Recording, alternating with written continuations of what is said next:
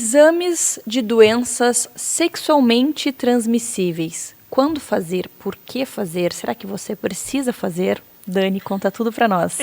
Ótimo assunto e assunto polêmico, né, Mari?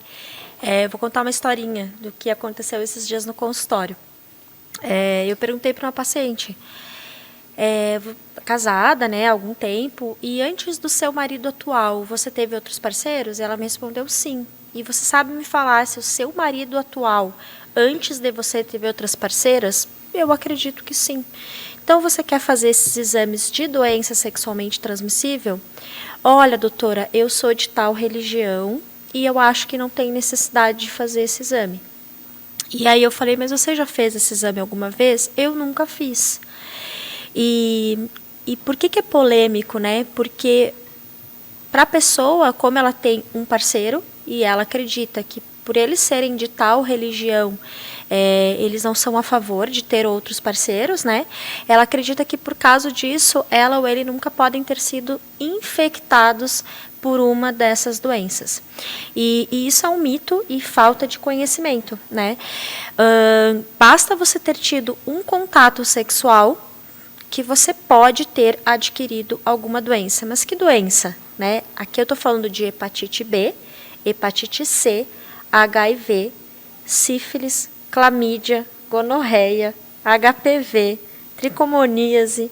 Então, a gente tem uma série de doenças, algumas nem conhecidas por muitas pessoas. Basta ter tido um contato sexual. Mas então vamos pensar. Tá, Dani, mas se um casal, então, que talvez nunca tenha tido nenhum outro contato com outra pessoa, essa pessoa pode ter sido infectada? Pode, tá? Claro, não é tão comum, né? O contato de forma mais comum ainda é o contato sexual, mas, por exemplo, existe o contato vertical que a gente fala, que é de mãe para bebê, né? Na hora do parto, por exemplo. Então, se você for pegar hoje uma mulher de 50 anos, lá, quando a mãe dela fez o pré-natal, esses exames não eram feitos durante o pré-natal. Hoje eles são feitos, mas há alguns anos atrás não era feito.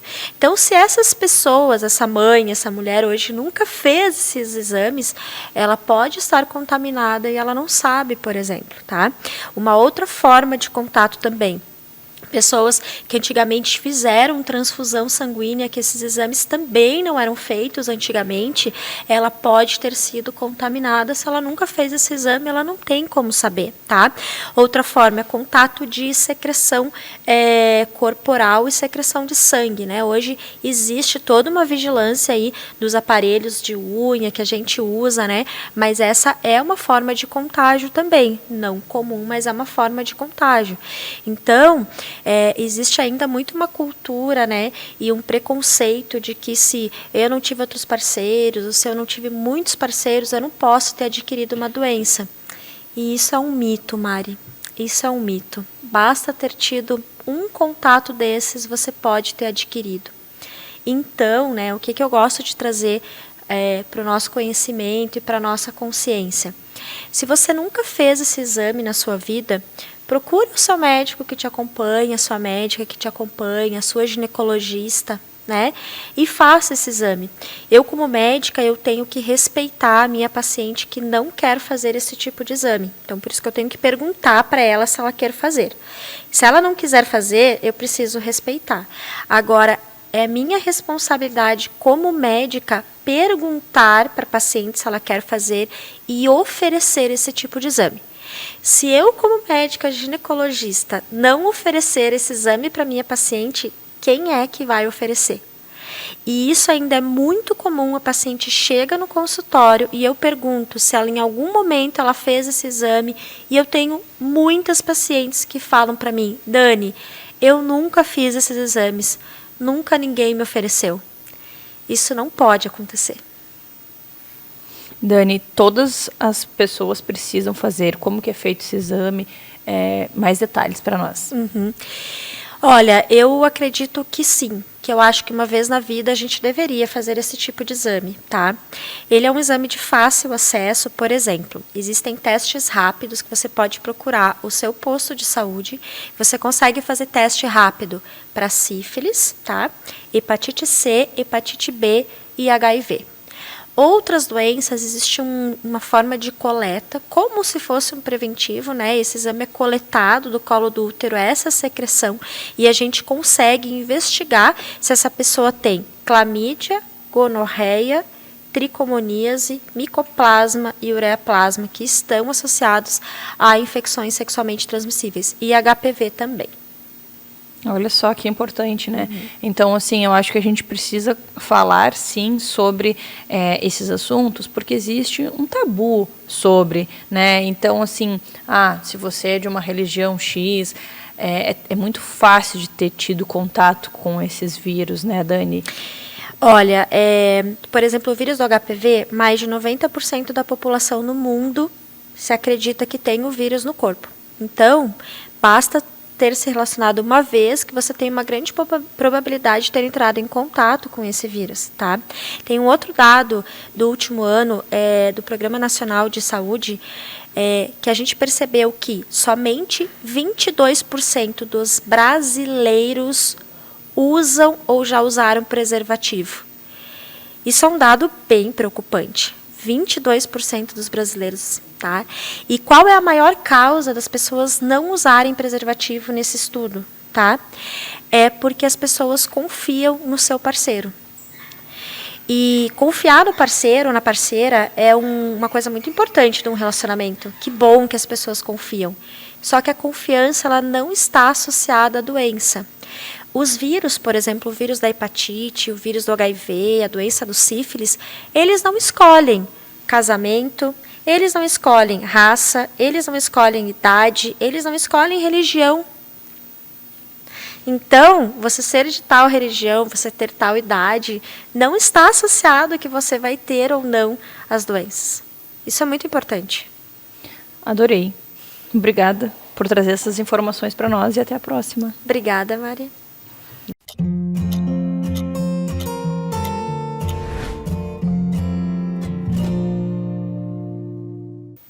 Cicatriz da cesárea. Como melhorar a aparência dessa cicatriz? A Mi, a nossa fisioterapeuta, vai nos trazer informações sobre isso. Mi, então a gente tem uma cicatriz de cesárea e ela não ficou legal. Depois de um certo tempo, é possível recuperar, melhorar esse aspecto? É uma das grandes queixas, né? Então, quem trabalha nos consultórios e atende as puérperas, eu posso melhorar, né? Porque tem uma cicatriz e aí, com o tempo, ela começou a ficar mais gordinha em cima, e aí quando eu fico deitadinha tá tudo ok, quando eu fico em pé eu sinto aquele pezinho, às vezes eu quero esticar o meu corpo e a cicatriz incomoda. E cicatriz é assim mesmo, né? Cicatriz ela pode sim causar grandes desconforto. Nós temos aderências, nós temos uma cirurgia que tem muitas interfaces ali de tecido que são cortadas durante o procedimento. E é óbvio, cada um tem o seu processo individual de cicatrização, mas que segue um padrão. No entanto, a gente precisa o quanto antes essa puérpera trabalhar esses tecidos, melhor.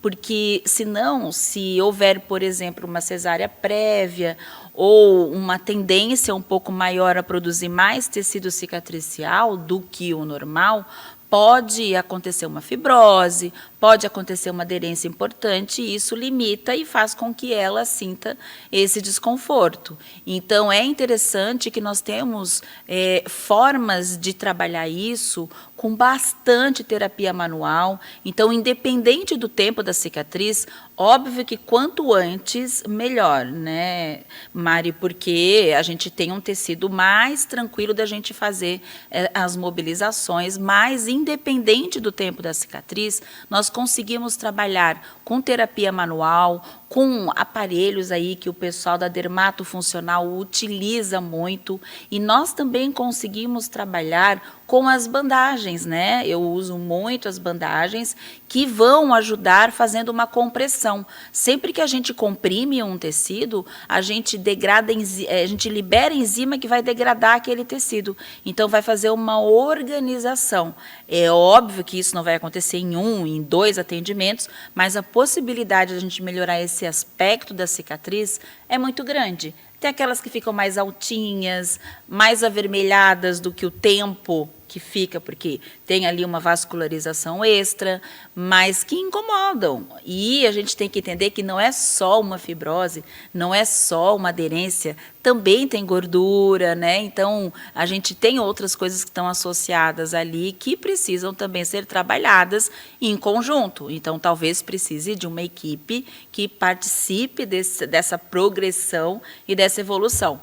Mas a terapia manual, Mari, ela é excelente para a gente realmente liberar todo esse tecido que está aderido em volta, e aí a gente traz mais conforto para essa mulher, tanto funcional quanto estético, porque é uma coisa que incomoda bastante. Isso, nossa, muita puérpera acaba reclamando bastante disso. Então, nós temos formas de melhorar bastante esse aspecto, mesmo que seja uma cicatriz mais tardia. Eu já vi muitas mulheres fazendo lipoaspiração justamente para corrigir aquela parte ali da cicatriz, né? Então, saber que existe uma forma de resolver, porque, claro, às vezes tem situações mais graves, às vezes foi até uma cirurgia de emergência, enfim.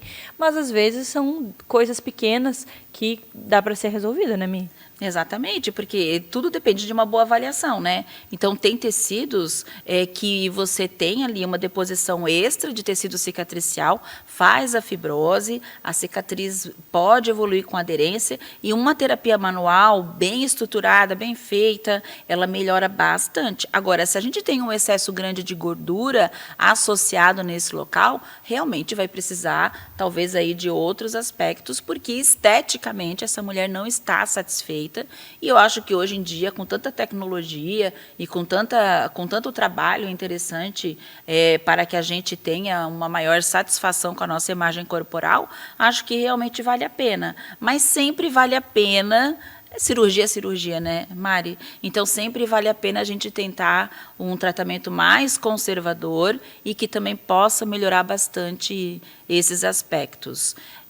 Por exemplo, quando eu utilizo a terapia manual, utilizo o taping, faço essa compressão. Então, o que a gente percebe? A gente percebe depois uma evolução de uma cicatriz muito mais fininha, muito menos elevada, menos aderida, né? Então, a coloração também ficando mais clarinha. Então, todos são benefícios da própria compressão. Não quer dizer que somente o taping faça isso, mas, de alguma forma, a compressão, ela organiza esse tecido abaixo, juntamente com alguns aparelhos, né, eletroterapia que a gente tem, a radiofrequência, por exemplo, e também trabalhar a terapia manual, né? Então, eu sempre falo para os meus alunos, eu sempre falo no dia a dia, o fisioterapeuta, ele trabalha muito com as mãos. Então, a gente tem essa nossa grande força em forma de terapia, que é trabalhar, né, com manobras, com exercícios,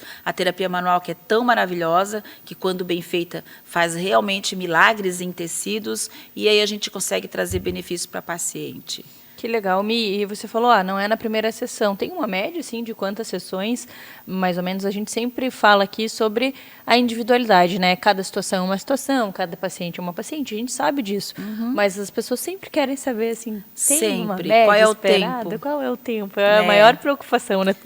Começa algo já querendo saber quanto tempo tu vai ficar ali para ter um resultado. Quando a gente está trabalhando assim, de acordo com as características individuais, uma boa avaliação, uma boa técnica de terapia manual, utilização de outros recursos associados, a gente consegue uma boa resposta em 1 mês, 2 meses, mas assim, né, a gente sempre tenta não estabelecer aquele prazo vamos, 10 sessões, né, 10 sessões de fisioterapia, isso não existe, né? Então, cada atendimento é um atendimento, e a gente vai observando a resposta à medida que esse tempo vai passando. A gente também estabelece algumas condutas que essa puérpera pode fazer, essa mulher, né, não vamos considerar só aquele período ali do puerpério, pode fazer também em casa exercícios e a própria alimentação, então orientação de encaminhamento ao nutricionista. Então temos muitas coisas boas para fazer e melhorar todos esses aspectos. E a gente está citando a cicatriz da cesárea, mas isso pode ser realizado em todas as cicatrizes, né? Nas mulheres que têm cicatriz abdominal, uma mulher que foi submetida a uma abdominoplastia, que é uma cirurgia gigante, né, que precisa de uma assistência. Então, ela também pode ser bastante beneficiada com a atenção fisioterapêutica o mais precocemente possível. Eu adorei. Obrigada por trazer essas informações para nós. E se você gostou, se interessou, quer saber mais um pouquinho sobre, entra no Instagram do Minuto Mamãe Bebê, procura lá Mirela Dias, fala com ela que ela com certeza vai te ajudar. Mi, até a próxima. Até a próxima. Obrigada.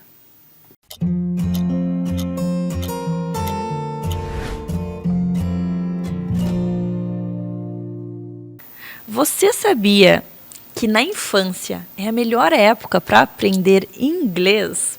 Eu trouxe aqui a Evelyn para falar justamente sobre esse assunto conosco hoje. Bem-vinda ao Minuto Mamãe Bebê. Muito obrigada, estou muito feliz com o convite. Muito obrigada mesmo. Muito bom ter você aqui, ainda mais para falar sobre esse assunto super importante. E eu queria entender como que é o teu trabalho, né? Qual a tua formação e como que tu chegou nesse trabalho maravilhoso? Vamos lá, então. Inicialmente, né, eu quero dizer que não existe, né, Pequeno Bilíngue, que é a empresa hoje que eu, né, toco, sem falar que tudo isso veio por conta dos meus filhos. Então, eu sempre falo assim, eu fui uma pessoa que sempre gostei muito do inglês e sempre tive muita dificuldade para aprender o inglês. Então, quando eu me descobri grávida, eu falei assim, eu quero que o meu filho tenha esse contato com o inglês desde muito cedo.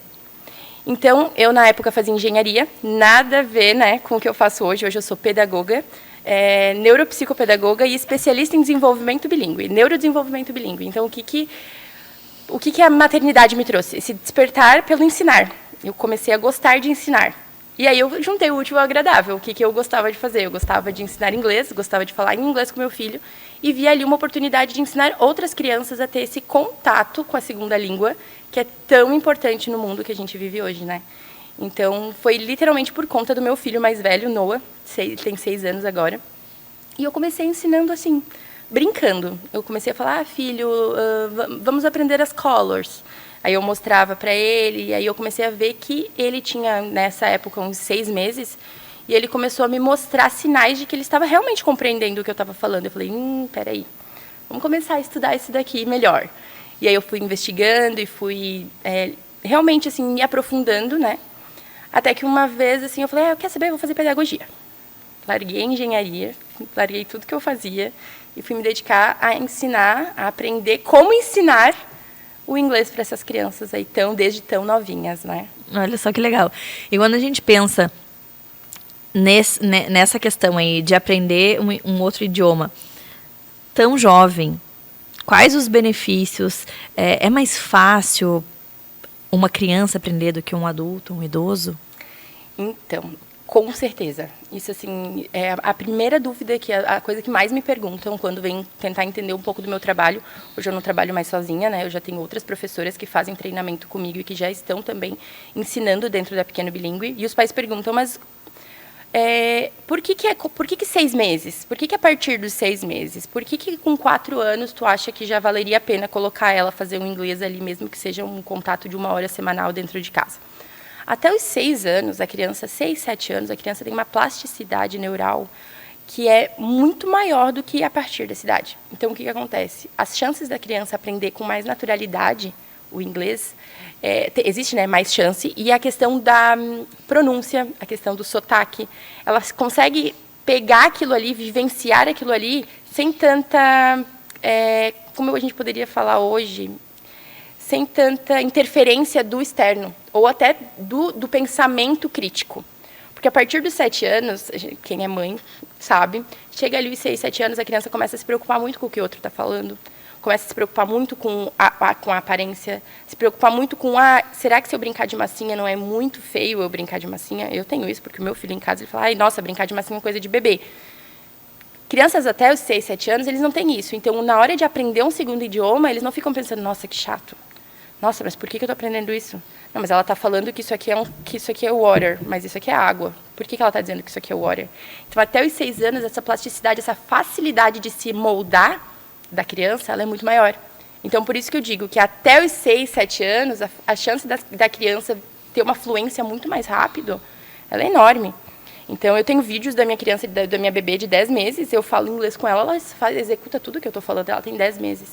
Então, a partir do momento em que a criança nem fala tanto, mas ela escuta, com quanto tempo a tua filha começou a falar? Ela falou bem cedo também, ela começou a falar com 1 ano e pouco. Mas quanto tempo ela te ouviu falar para ela começar a pronunciar algumas palavras? O inglês é isso, entendeu? Às vezes as pessoas falam, eu vou botar meu filho no inglês, mas minha filha nem fala ainda. Sim, mas a tua filha escutou por 1 ano e 1 mês, 1 ano e 2 meses você falar português, para daí ela começar a falar. O inglês é a mesma coisa. Só que quando a criança é um pouco mais velha, ela fala muito. Então, ela dificilmente para escutar. Então, a partir dos 6 meses, quando tu introduz a segunda língua, a criança vai ouvir o inglês. Ela não vai sair falando. Mas chega o momento da fala. E a hora que ela começa a falar, muitos pais acham, não, quando ele começar a falar, aí eu coloco no inglês. Olha o tempo que a criança perdeu de estar ouvindo a segunda língua e se tornar fluente e ter um sotaque muito mais parecido com o nativo, né? Então, eu digo que é por isso que eu acredito tanto no ensino do inglês na primeira infância, até os 6, 7 anos.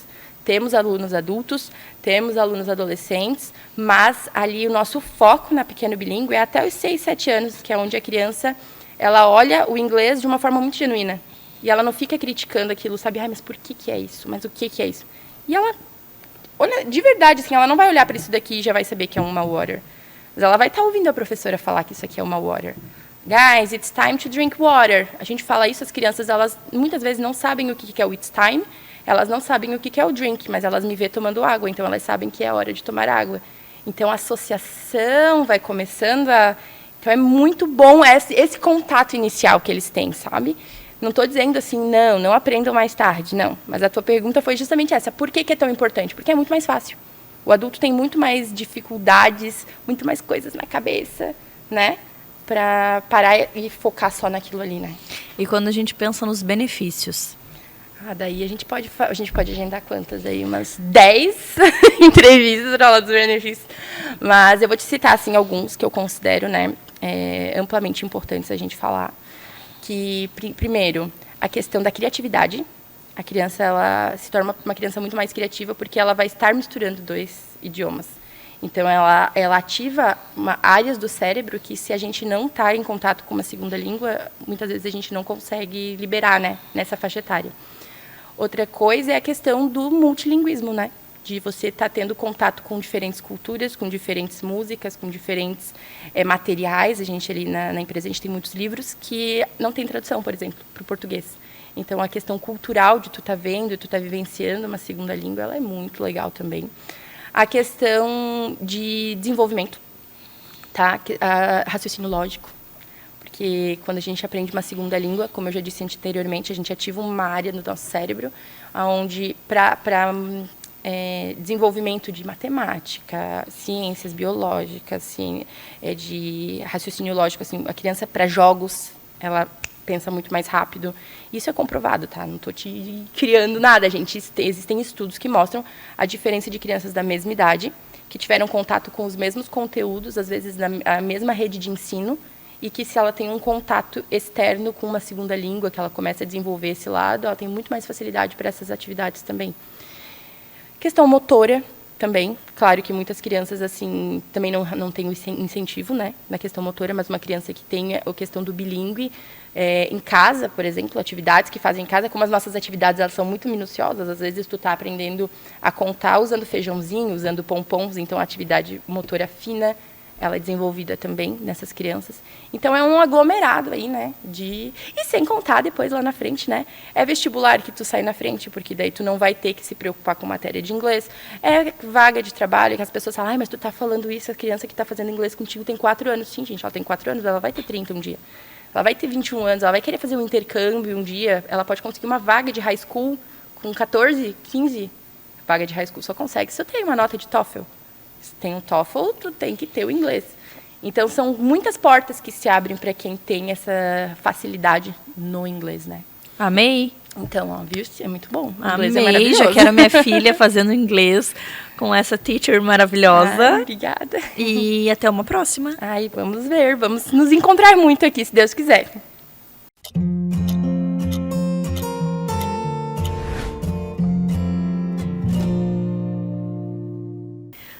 Maternidade depois dos 40. Desafios. Vamos conversar sobre esse assunto?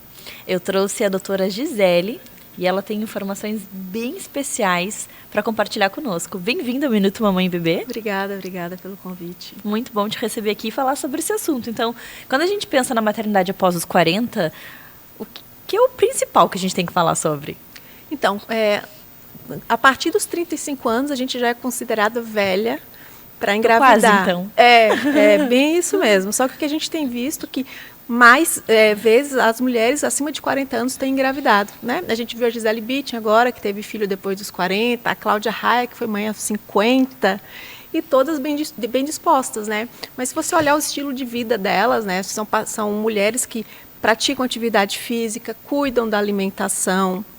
No caso da Cláudia Raia, teve ali uma parte hormonal também envolvida. Então, assim, antigamente a gente não vou ter disposição nenhuma aos 40 anos de ter filho. E a probabilidade do filho nascer com algum problema era considerada altíssima.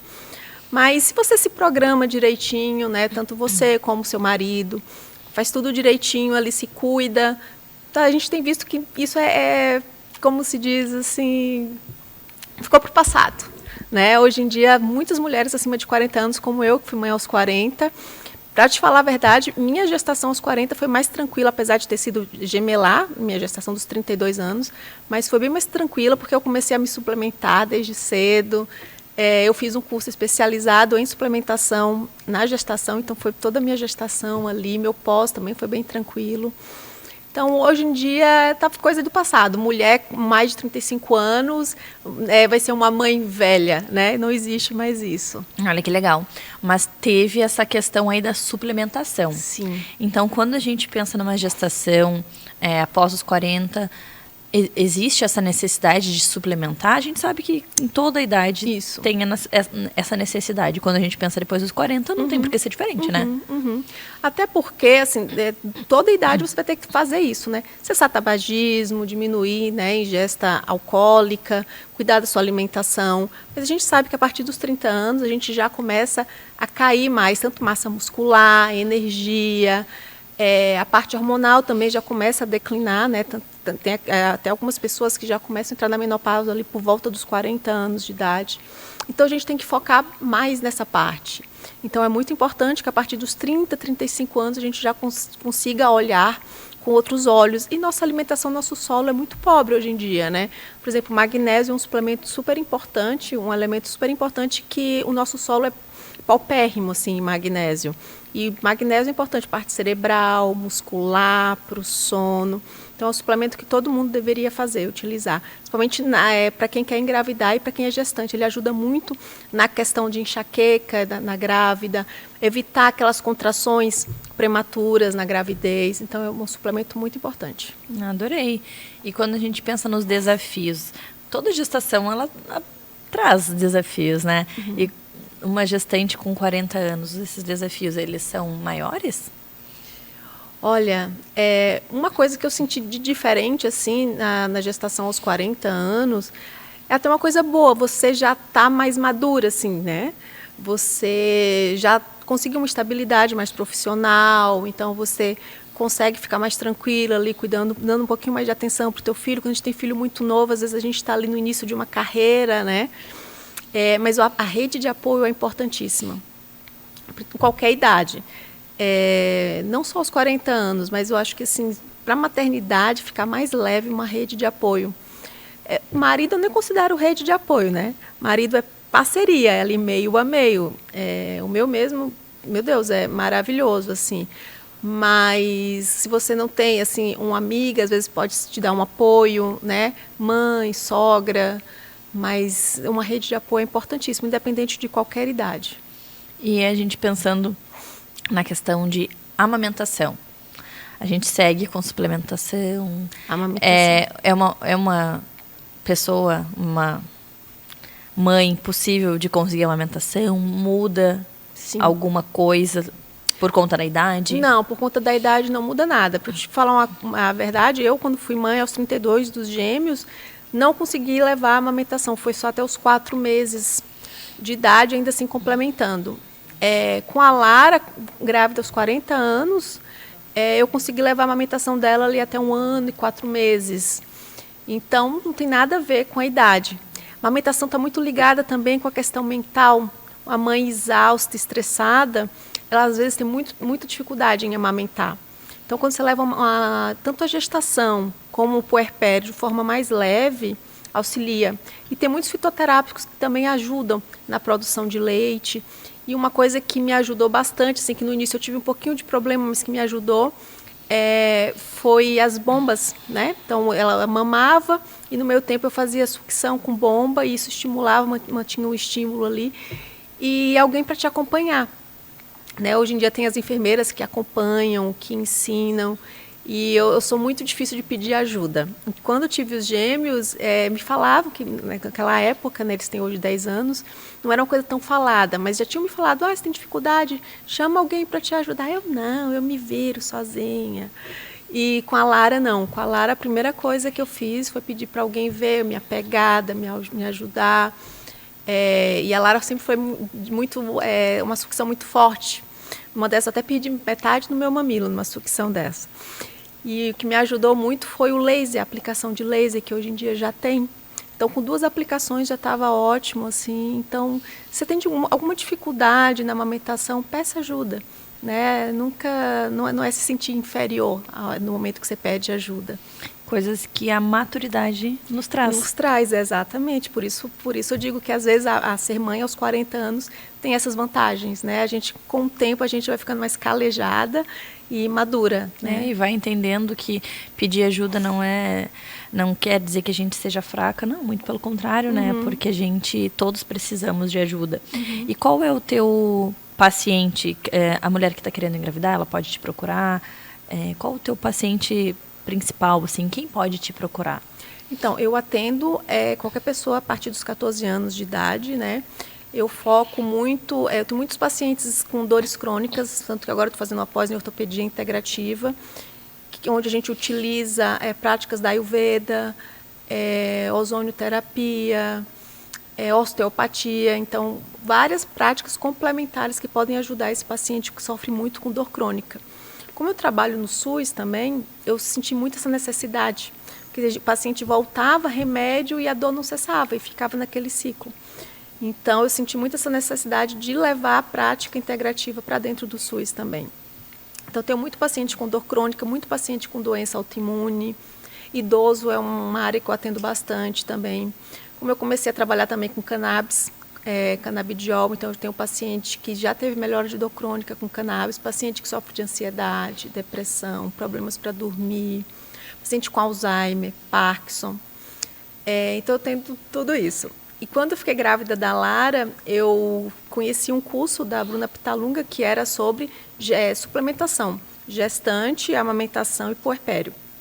E, coincidentemente, foi toda a minha gestação. E como eu utilizei em mim, e a Lara nasceu super saudável, minha gestação foi super saudável, eu trabalhei até a 38ª semana, eu comecei a utilizar e ter pacientes também. Então, eu já atendi gestante. Tenho pacientes, um casal que vem se programar já com 1 ano de antecedência, em média, para fazer uma suplementação, ver como é que está, se está tudo ok. Porque, imagina, a gestação já é difícil por si só. Então, se você já chega numa gestação com uma anemia, com um quadro inflamatório subclínico, com as vitaminas todas em baixa, isso daí vai piorar bastante e vai ser mais difícil de você levar uma gestação saudável. Então, quando você consegue arrumar a casa, né, antes de ter esse bebê, ali fica muito mais fácil. E a gente tem sempre que lembrar que 50% é espermatozoide, 50% é do óvulo. Então, a gente sempre acha que é só a mulher, né? Não, mas as mulheres trazem os homens e o casal vem bonitinho fazer a consulta. Que legal, Gi, adorei. Obrigada por dividir tanto conteúdo e conhecimento conosco e até a próxima. Obrigada, eu que agradeço.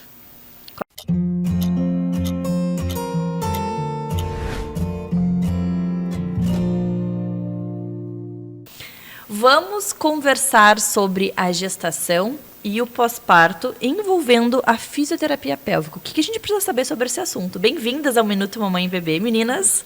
Obrigada, é um prazer estar aqui. Muito bom receber vocês para falar sobre esse assunto. Então, eu queria começar falando sobre a gestação, né? O que acontece durante esse período tão importante da vida da mulher e o que vocês fazem, como que vocês auxiliam as gestantes em cada fase da gestação.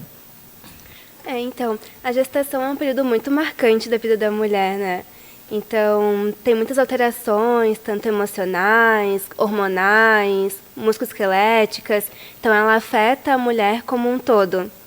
E aí, na fisioterapia pélvica, a gente busca entender como que, em cada trimestre gestacional, como que essas mudanças vão estar acontecendo no corpo dessa mulher e como a gente consegue ajudar ela em cada período que ela vai estar passando. Porque em cada trimestre vem coisas novas, mudanças diferentes. Então, a gente tenta adaptar tudo isso da melhor forma para elas. Que legal.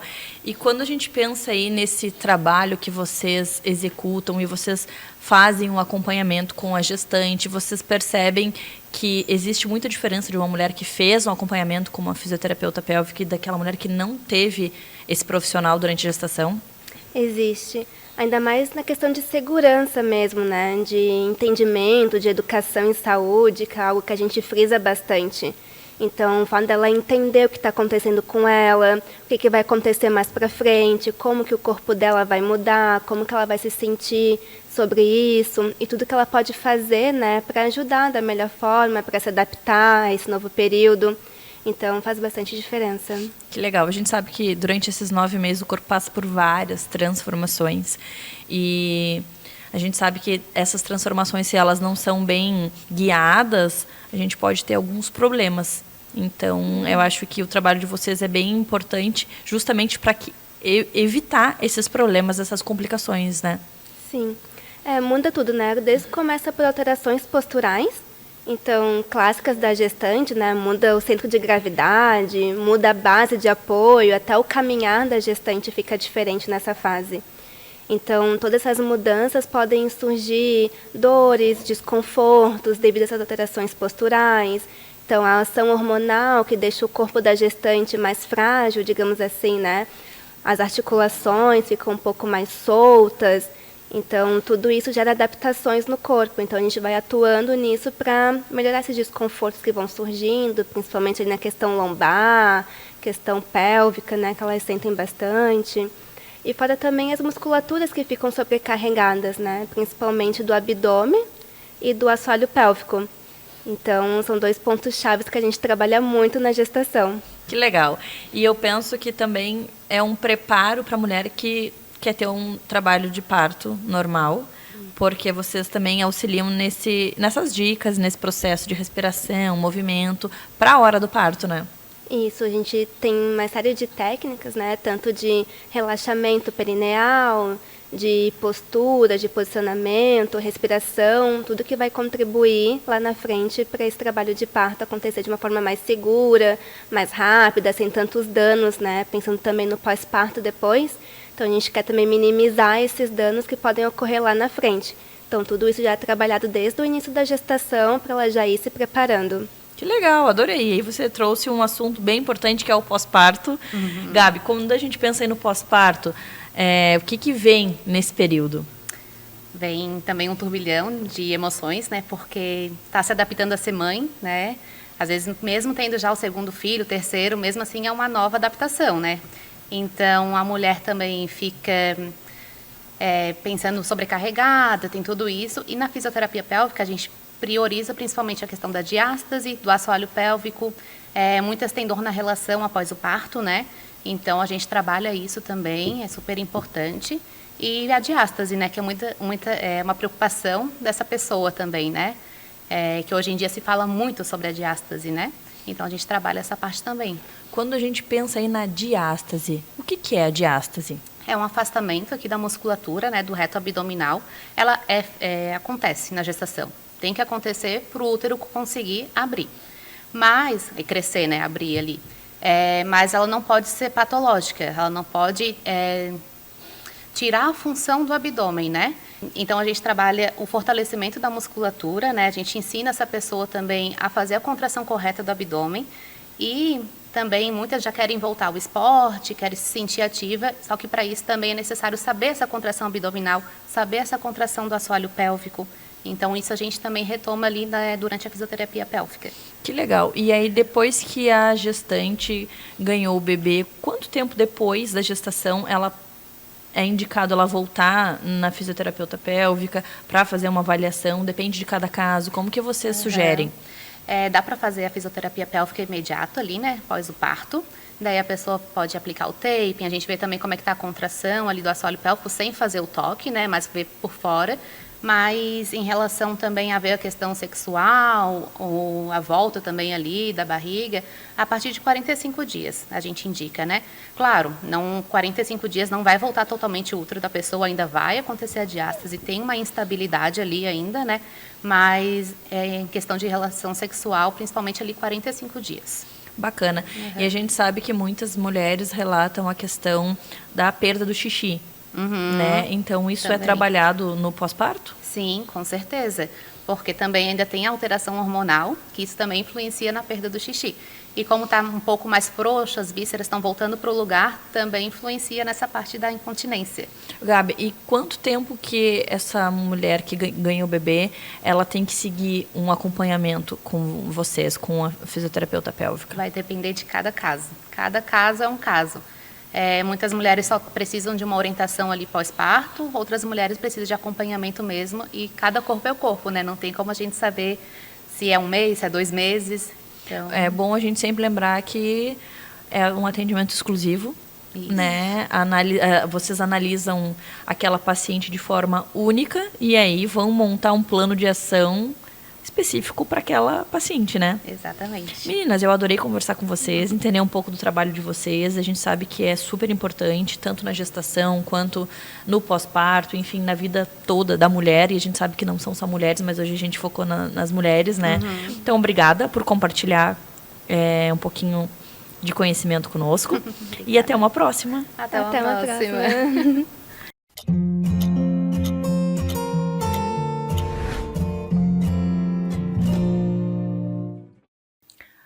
Nosso assunto é bronquiolite e tudo que você precisa saber sobre esse tema, a nossa pediatra vai trazer as informações agora. Bem-vinda novamente ao Minuto Mamãe e Bebê. Obrigada.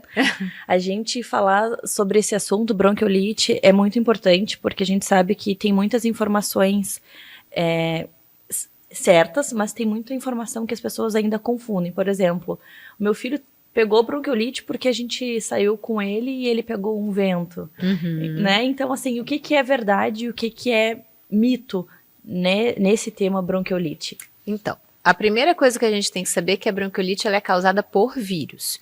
Então, não é porque pegou o vento, porque saiu na chuva, né? Não é isso que causa a bronquiolite. A bronquiolite ela é causada porque você teve contato com alguém que estava doente com o vírus, e aí você adquiriu o vírus e você desenvolveu a bronquiolite.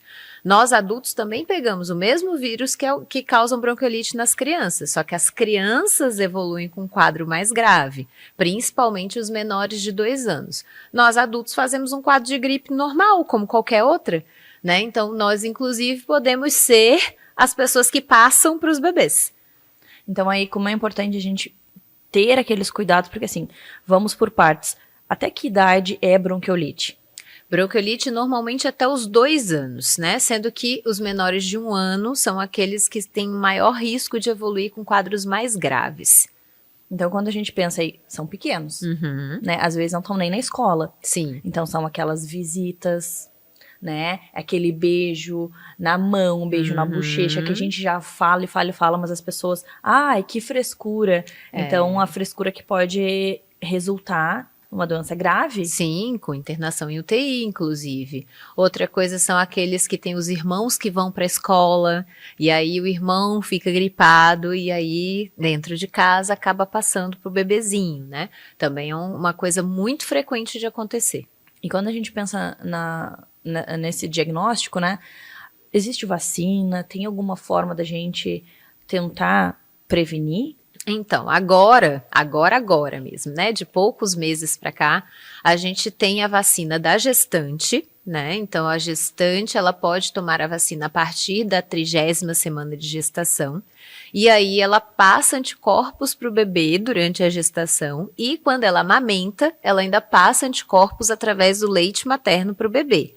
E a gente agora tem, não é uma vacina, apesar de chamarem de vacina, né? Mas é o anticorpo pronto para o bebê. Então, dá para fazer o anticorpo para o bebê. E aí, é uma coisa que é duradoura, a duração tem só 6 meses, então é curtinho, porque já é o anticorpo pronto, né? Então, mas pelo menos para o período do outono e inverno, já protege a criança, né? Tanto a vacina da gestante quanto esse anticorpo para o bebê, ele já está liberado, assim, liberado no papel, no SUS, para crianças que nasceram abaixo de 37 semanas e para gestantes, né? Só que, assim, tá liberado no papel, mas a gente sabe que isso leva um tempo até chegar no posto de saúde, né? Então, ainda não chegou no posto de saúde. Sinais. Porque a gente fala muito sobre quanto antes iniciar, né, um tratamento, o resultado é melhor, o caso agrava de uma forma diferente, não agrava, né? Então, como que a gente pode ajudar essas mães, essas famílias a ficarem atentas aos sinais e buscarem ajuda o quanto antes? Então, uma coisa que a gente precisa saber é que a bronquiolite, ela começa exatamente como uma gripe qualquer. Então, é um nariz escorrendo, é uma tossezinha, é a mesma coisa. Pode dar febre como pode não dar febre, entendeu? Às vezes é só um nariz escorrendo e uma tossezinha. Mas o bebê ainda tá bem, o bebê respira normal, ele mama, ele consegue se alimentar quando ele é um pouquinho maior. Então, nos primeiros 3 dias, normalmente é isso. Né? Se você levar numa emergência, por exemplo, ninguém vai fazer nada, porque é um resfriado comum. E esse é o primeiro sinal mesmo. E aí, depois do 3º dia, aí é que vem o pulo do gato da bronquiolite. É que como começa a ter uma inflamação pulmonar, aí a criança começa a ficar cansada para respirar. E aí é aquele bebê que já não consegue mamar tão bem, né? Aquela criança que já não aceita comer.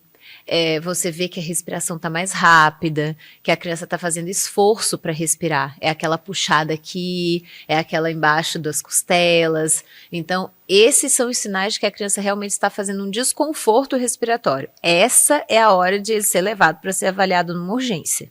E é sempre assim, né? Porque quando a criança está com febre, sempre vocês, pediatras, pedem 3 dias porque antes disso não tem um sinal. Tanto quando a gente pensa garganta, enfim, qualquer. Não é tão claro. Não é tão claro. Não é tão ainda, claro, exatamente. E às vezes você vai levar antes disso e a gente vai manter só sintomáticos, porque não tem o que fazer antes de ter um sinal mais claro. E uma outra coisa que é muito importante frisar é que a bronquiolite ela é uma doença viral, então ela não tem um tratamento específico para ela. O que a gente vai fazer é dar suporte para o que a criança precisar. Então, se é obstrução nasal, é lavagem nasal. Se ele está precisando de oxigênio, vai receber oxigênio conforme o que ele precisar, né? Às vezes eles fazem uma coisa chamada atelectasia, que é quando fecha o pulmão de tanto catarro que tem ali dentro. Aí vai precisar de fisioterapia respiratória, mas tudo vai depender do que a criança precisa, porque não tem um remédio que a gente possa usar para tratar. A gente vai dar o que a criança precisar e espera passar. E essa espera tem um prazo estimado? Aí é que tá, não tem.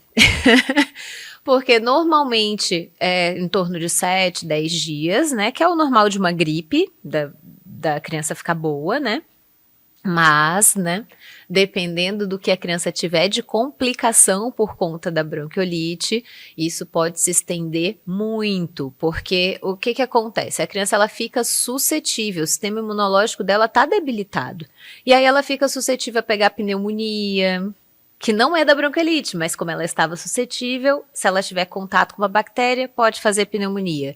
Uma outra coisa muito comum, o principal vírus da bronquiolite, causador da bronquiolite, é o vírus sincicial respiratório. E ele é muito associado com infecção urinária. Às vezes a criança faz infecção urinária na metade do quadro, assim.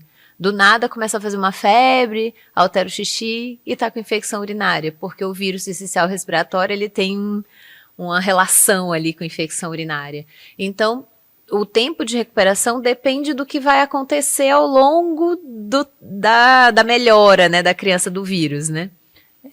Por isso que é bem importante a gente se cuidar, né?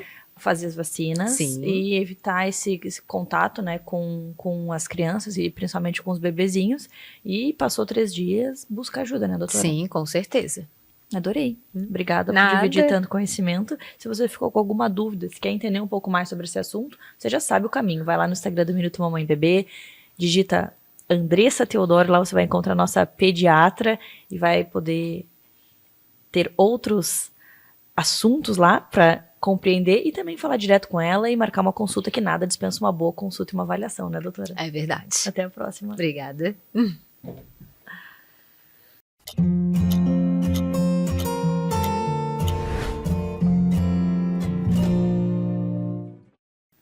Vamos falar sobre maternidade com leveza e crescimento com uma pessoa que aplica isso na vida real, a nossa mentora, Diane. Bem-vinda ao Minuto Mamãe Bebê. Muito obrigada, é uma honra e uma alegria estar aqui hoje. Muito bom te receber, eu te acompanho nas redes sociais e vejo que realmente tu traz isso de uma maternidade leve. E quando a gente pensa em uma maternidade leve, o que significa? Eu acho que quando eu olho para a teoria maternidade leve e falo sobre isso, principalmente nas minhas redes sociais, gera uma certa confusão de que maternidade leve é viver sem problemas, é aquela mulher que tem a vida perfeita, que acorda de manhã, que tudo tá flui o dia inteiro, que não tem nada para resolver, que não tem problema nenhum, e que a vida dela é perfeita dentro de um cenário de idealização. Mas, na verdade, a vida real de todo mundo, ela tem perrengue, ela tem alegrias, ela tem conquistas, ela tem frustrações, decepções. Tem dias que, como seres humanos que nós somos, a gente acorda mais animado, mais triste, às vezes mais decepcionados com alguma situação da vida. E olhar para a maternidade real e buscar ela na idealização de uma vida perfeita é o que vai gerar frustração. A maternidade real, na minha visão, é quando eu vejo a minha vida real como ela é para mim e eu aceito, eu me entrego a essa maternidade da forma que eu tenho a realidade hoje. Então eu sei que vai ter perrengue, eu sei que vai ter situações saindo do controle, eu sei que vão ter desafios, eu sei que vão ter alegrias também, eu sei que vai passar rápido, né? Às vezes a gente escuta assim, aproveita porque passa rápido. Mas quando você está vivendo aquele desafio, não é isso que você quer ouvir, né? Você quer uma forma mágica de sair daquilo. E infelizmente, ou felizmente, o processo do ser humano só se dá através do aprendizado de cada uma dessas situações. Então, eu aceitar que eu estou, assim como meu filho, num processo de desenvolvimento, eu me rendo a isso. E eu aceito que vai ter perrengue, eu aceito que vai sair do controle, que vai ter frustração, que vai ter descontrole, muitas vezes até emocional. E isso vai tornar leve, porque eu paro de viver uma idealização, eu paro de viver muitas vezes na comparação, né? E eu acho que às vezes essa confusão que é gerada de eu olhar para a vida real de outra pessoa e achar que aquilo é a única forma de viver a maternidade. Então, eu vou olhar para a tua vida, vou ver como tu vive a tua vida real, é a tua vida real na tua maternidade. A minha vida real na minha maternidade talvez vai ser diferente. Então, aceitar isso, assim, aceitar que eu tenho que olhar para a minha vida, nos fatos como eles são, vida real como uma mulher adulta, na postura de mãe, não de criança, né? Porque todos nós temos algumas feridas da infância, da nossa caminhada. Mas quando eu tô no papel de mãe, eu preciso estar no papel de mãe. Quando eu vou para terapia, quando eu vou conversar com uma amiga, aí sim eu vou entrar nessa postura de buscar essa cura, de buscar essa ajuda. Quando eu tô lá diante do meu filho, ele não é responsável pelas minhas frustrações, dos meus descontroles. Ali eu entro na postura de mãe, a mãe que busca conhecimento, que busca se desenvolver, que vai falhar. Principal ponto, gente, não existe a mãe que não erra, que não falha. Então, para mim, a leveza dentro da maternidade é aceitar a vida real como ela é, viver essa vida real e aprender com os desafios. Eu tenho dificuldade com o controle, eu sou uma pessoa muito controladora. Então, a tua maternidade já vai te curar nisso. Eu tenho dificuldade com o choro, com o barulho. Você vai ser curada disso se você se render à maternidade. A resistência, O olhar para a criança como um problema tem feito a gente viver uma geração de pessoas falando de maternidade como somente perrengue, né? Como se maternidade real a pessoa só posta as coisas ruins, ela só compartilha e só conta as coisas ruins. Isso não é só o que envolve maternidade, né? Não é só isso que a nossa vida é feita. Então, para mim, na minha visão e com toda a experiência que eu tenho de atendimentos de mães que chegam até mim feridas, frustradas, decepcionadas, já sem saber muitas vezes como resolver alguma situação, eu percebo claramente que é falta de se render à vida real que você tem. Olha só que interessante todas essas informações. E quando você falou sobre o que é, né, essa maternidade com leveza, você também já trouxe um pouco do outro tópico que é o crescimento. Exatamente. Para a gente poder crescer, a gente precisa se entregar ao aprendizado. Eu não consigo passar por um crescimento sem, às vezes, um desconforto. E se tem algo que a maternidade traz, é desconforto. Desde o início, né?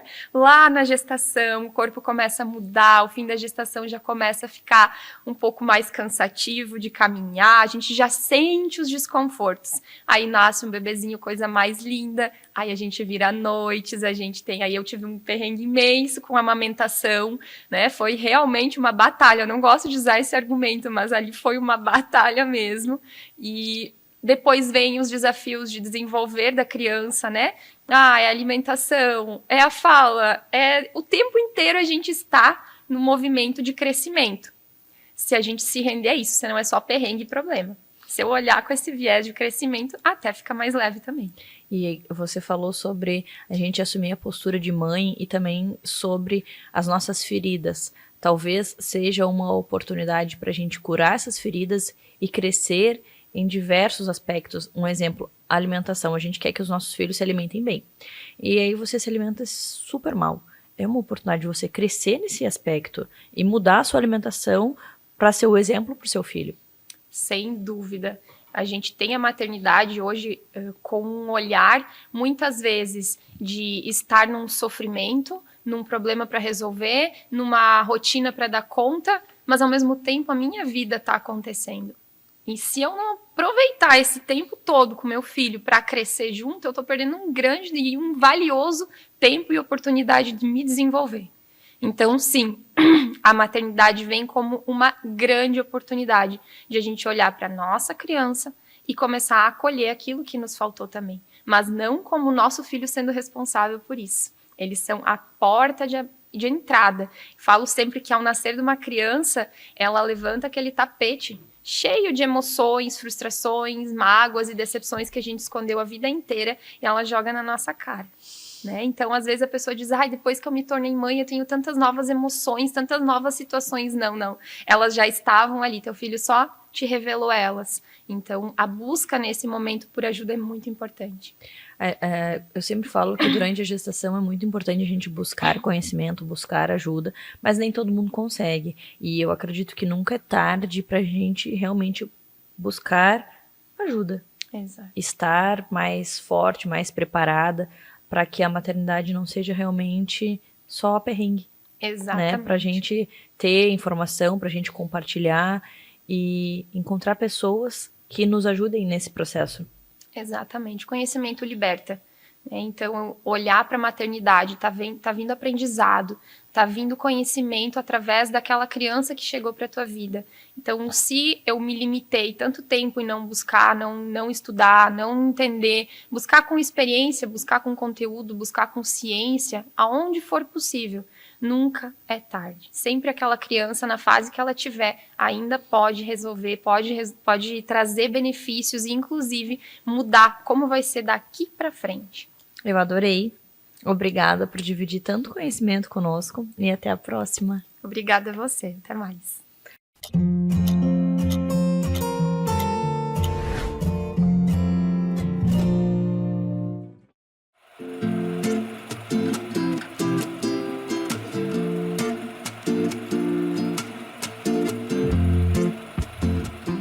Você está procurando um estúdio para gravar o seu podcast com qualidade profissional?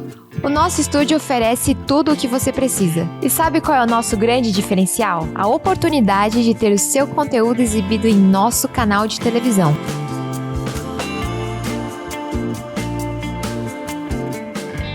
Amplie seu alcance e faça sua voz ser ouvida por milhares de espectadores.